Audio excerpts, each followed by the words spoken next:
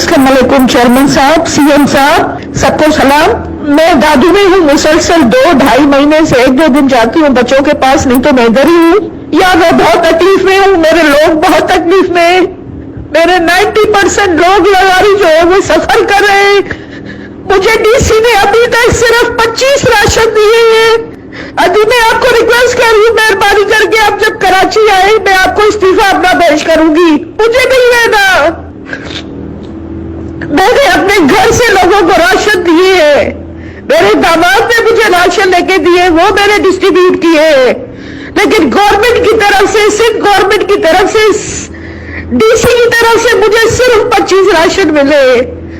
जब मुझे पता लगा कि सब मैंने एफबीएस को डीसी 3-3 हजार 2-2 हजार राशन दे रहे हैं, तो मैं अभी 10-15 मिनट पहले डीसी हाउस गई, गेट पे खड़ी रही आधा घंटा, मेरा गेट नहीं खोला गया।